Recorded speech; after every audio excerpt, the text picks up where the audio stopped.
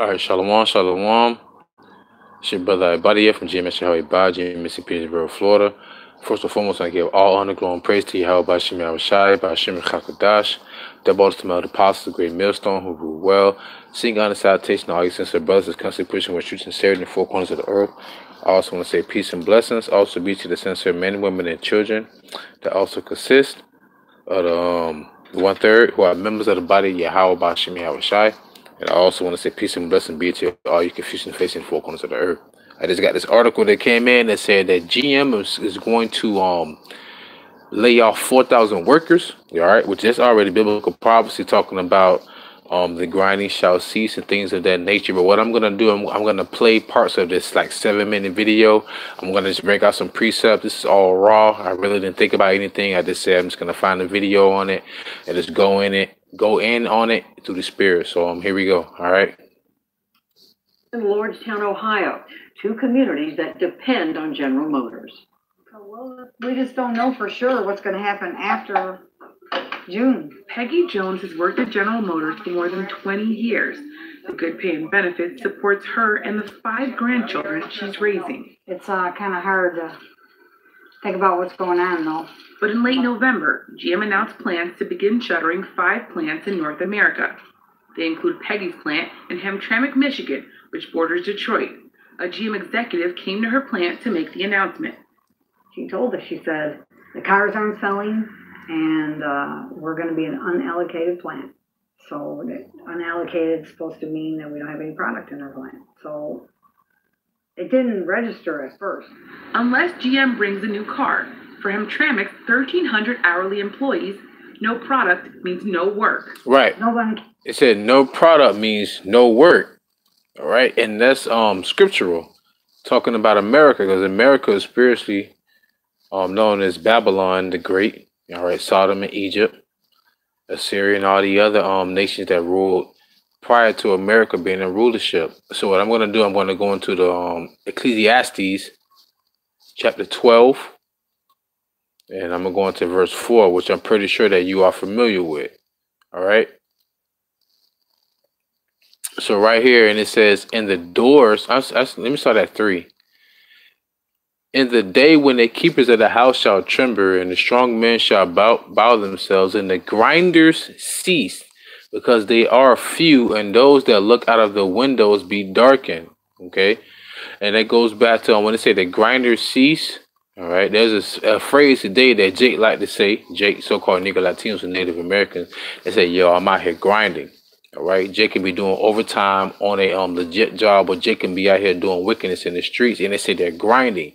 In the ancient days, what the women used to do, they would take the certain grains and they would grind the grains. Like today, you have something like flaxseed, but you also have powdered flaxseed. They would grind it down to a powder. All right, you actually have sugar, which is crystallized, but then you can grind it down to powdered sugar. So it's actually work. So it's really a parable saying grinding shall cease, the work shall cease, and the doors shall be shut in the streets when the sound of the grinding is low.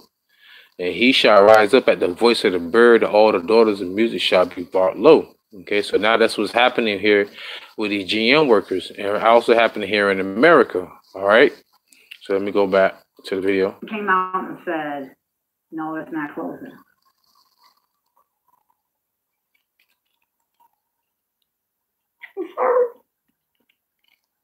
I've been trying to stay strong for everybody at the plant because they depend on me, but I'm a human being too. I was angry, and then I was disappointed, and then I was, okay, what are you going to do? What's the next move? Denitra Landon works on the Hamtramck assembly line. It brought me back to when I was homeless before. Yeah, it brought some shadows and some memories back. I'm in survival mode again. She and her family spent a year squatting in this house until she got a job at General Motors. Squatting is but you go into a property where no one actually lives there, and basically homeless people live in houses where they have been abandoned or foreclosed in certain states. So like legally, she was basically living in an abandoned house. That's what squatting was. All right, and she said she was homeless prior to getting this job. And now in her mind, she was like, okay, it's a Passover. And now she's saying, okay, what's my next move? And this is kind of no different than what happened with those federal workers here in America who were on furlough. They had to work for free. So even though these people are going to be laid off, at least they're not in the worst case scenario as the government workers in America. They actually had to still go to work, and they were working for free. All right. But this just goes to show you, man, this the status of America. Cause when you go into GM was basically started in Detroit, the Motor City. All right. And I'm gonna go into a little history here. Well, a few facts. It says, long recognized as the historic heart of the American automotive industry, Detroit took on the nickname Motor City. The state's automotive industry provided the model for mass production that other industries later adopted. Henry Ford pioneered the use of the assembly line in manufacturing automobiles, man. Okay, so America was also known as the Motor City, and Henry Ford, they were the first ones to put mass productions, all right, into factories, manufacturing mass productions of cars, all right. And right here it says, is Detroit the capital, the car capital of the world? It says car capital of the world. This fun fact about Michigan, well, it's not fun now. It's probably a given, but Detroit is actually the car capital of the world. Not only was the first car factory introduced into the Motor City, but this city churns out tons and tons of cars, and they got an exclamation mark like they're happy. But as you can see right now, that's not the case scenario, because people are being laid off. Like the lady said, they're not allocating any cars. It's like when you have an inventory once a year. I used to work for like a retail store. Inventory go to show like how much product do you have in stock, and how much product has you actually lost, and how much product is actually missing. Okay, same thing with cars. It doesn't matter how many cars you make or how much product you make. If no one's buying, then you have more supplies than you have demand.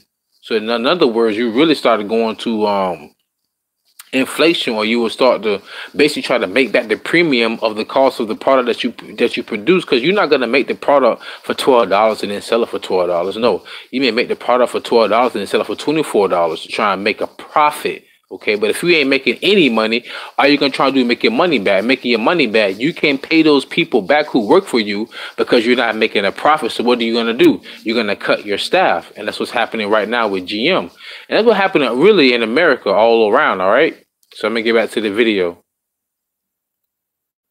Motors. That was almost 4 years ago. Her income helped her buy the home next door. I've never made this much money hourly before in my life. Never had these great health benefits before in my life. This is the Landon 5. She thinks GM should have communicated better with its employees. We didn't know. We found out after the fact. And that's not fair. We're not robots that you can push a button and say, okay, do this. Now do that. You know, you have to explain to us what's going on as much as you can. And that's all that anyone can ever ask for is respect. But it's not about respect. It's all about you being expendable. All right? Because they can always find somebody else to do the same job that you're doing. So he's saying, talk to me, communicate with me. Listen, the owner of the GM, the owner of the factories, they don't even know who you are. They don't even know you exist. So for you to act like, that's pride really to me. That's really coming from a black woman. You know how they are. But, or should I say a Judahite woman, an Israelite woman. Yo, you're cattle. You're sheeple to these people, man. They don't care.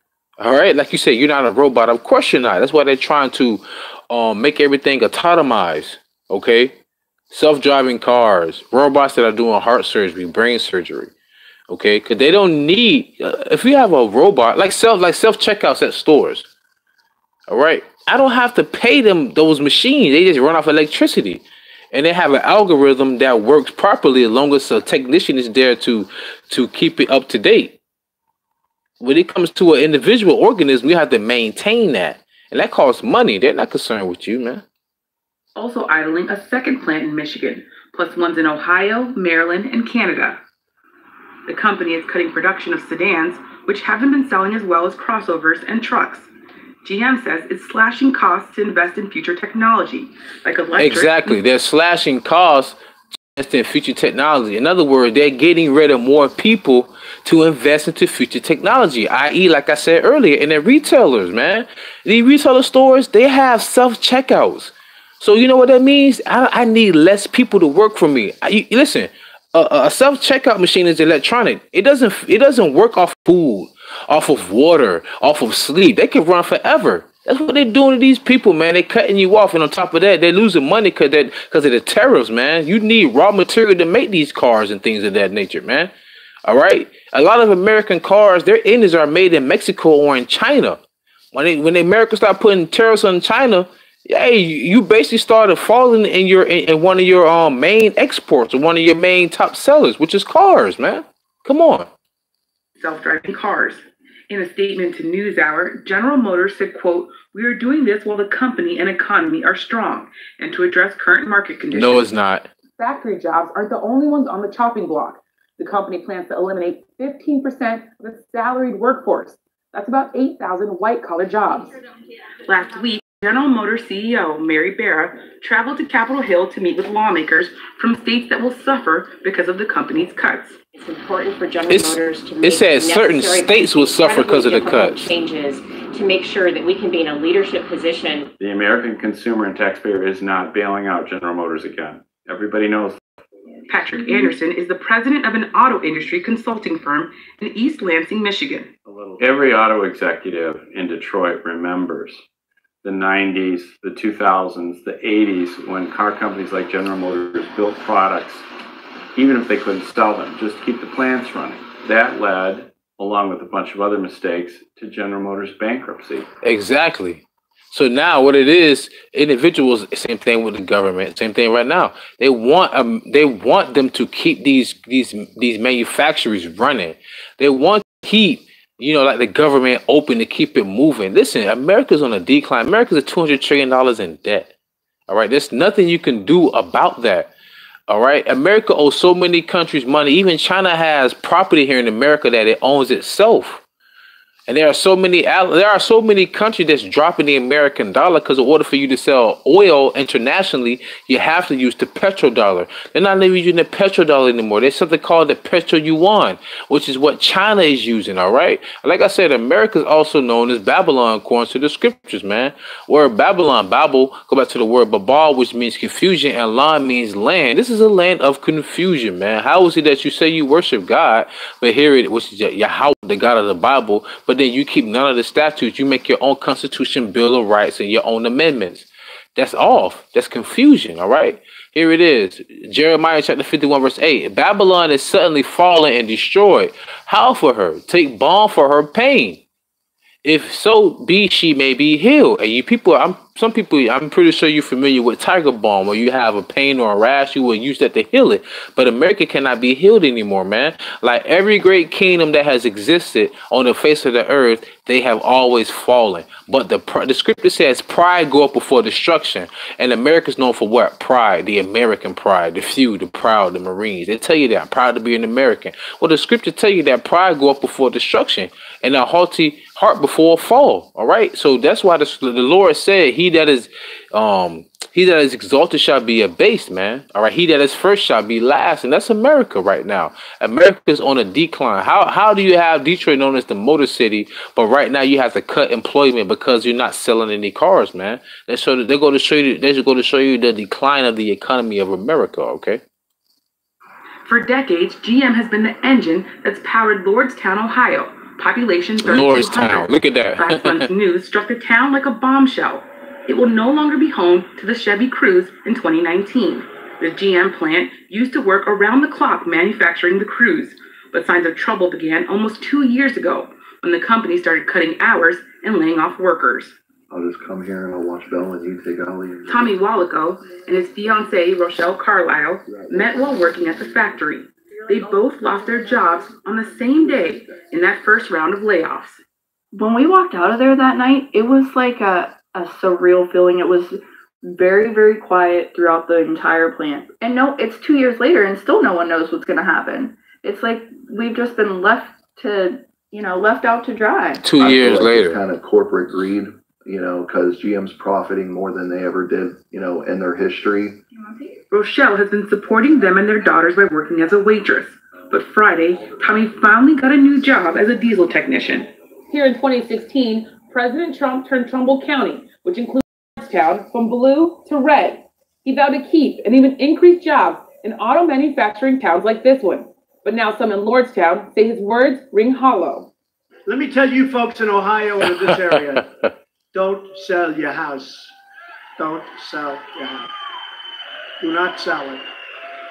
We're going to get those values up. We're going to get those jobs coming back, and we're going to fill up those factories, rip them down and build brand new ones. He said to the crowd, he said, you know, don't sell your homes. Well, I bought a house 2 miles away from where I, you know, worked. He said, you know, jobs are going to be pouring back in. I lost my job. But listen, this is when you lost your job. This is something too.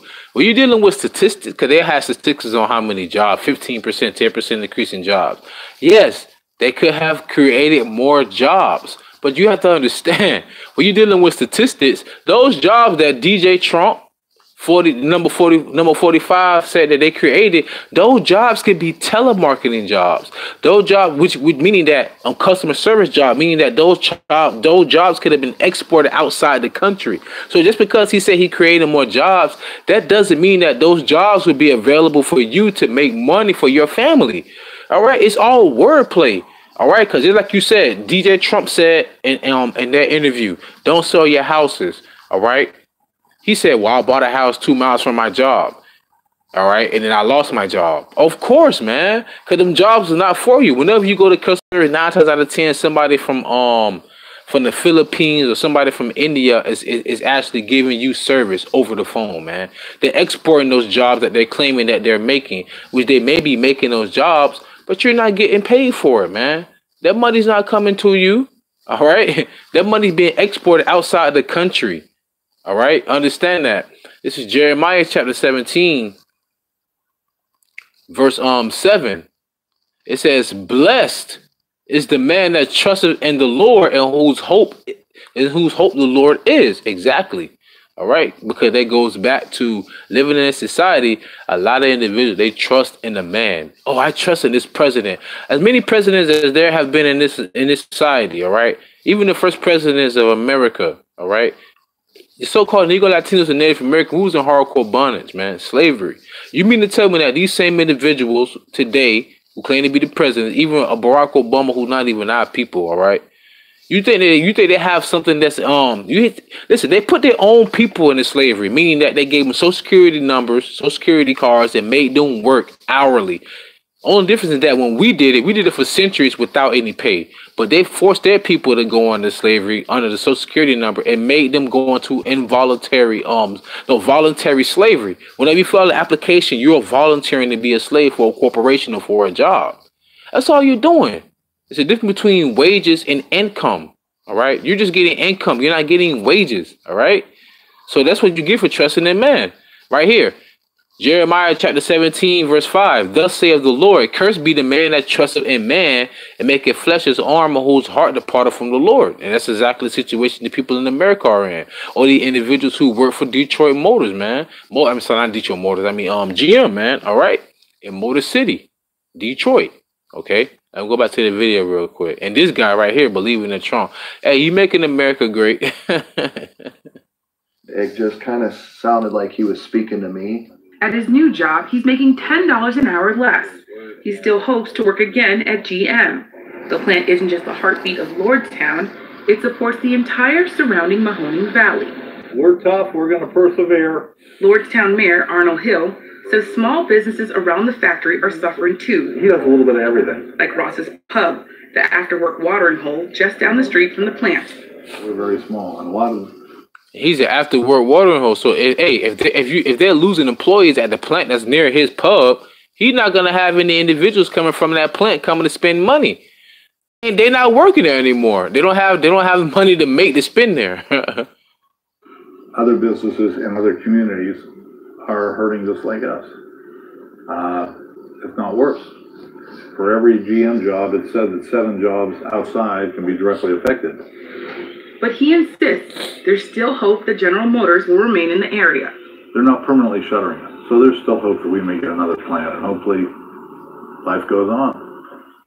Meanwhile, in Detroit, employees like Peggy Jones are facing tough choices. They can apply for transfers based on seniority or wait for a new product that may never come. So I can't sit there and wait till the last minute and then don't have any opportunities and just get laid off. I can't do that. Denitra Landon says the holidays won't be the same, with the threat of unemployment looming. But she's still trimming her tree and hoping for the best. Got that Christmas tree, which is wicked. Jeremiah 10 tell you about one that cut a tree out of the field, all right, and deck it with ornaments, man, all right. And then look, then she has a bald head on top of that. That's a shame to a woman, man. And this tree goes back to Nimrod, so this is paganism. But I'm not gonna get into that. That's a whole other video.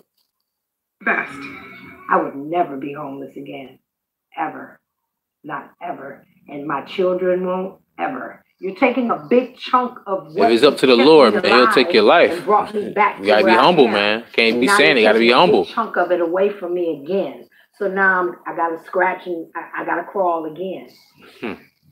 For the PBS NewsHour, I'm Yanisha Sendor in Detroit. So nonetheless, though, like I said, I just want to do the quick video, nothing major, just kind of raw. As you can see, man, the grinding is ceasing here in America. The grinding is ceasing all over. People are losing their jobs. You had the government shut down. People had to work for free. I mean, come on, what's the difference? You have to work for free or you lose your job. I mean, at least you could look for another job if you lose it. But you listen, the government shut down. You still have to work. I mean, for free.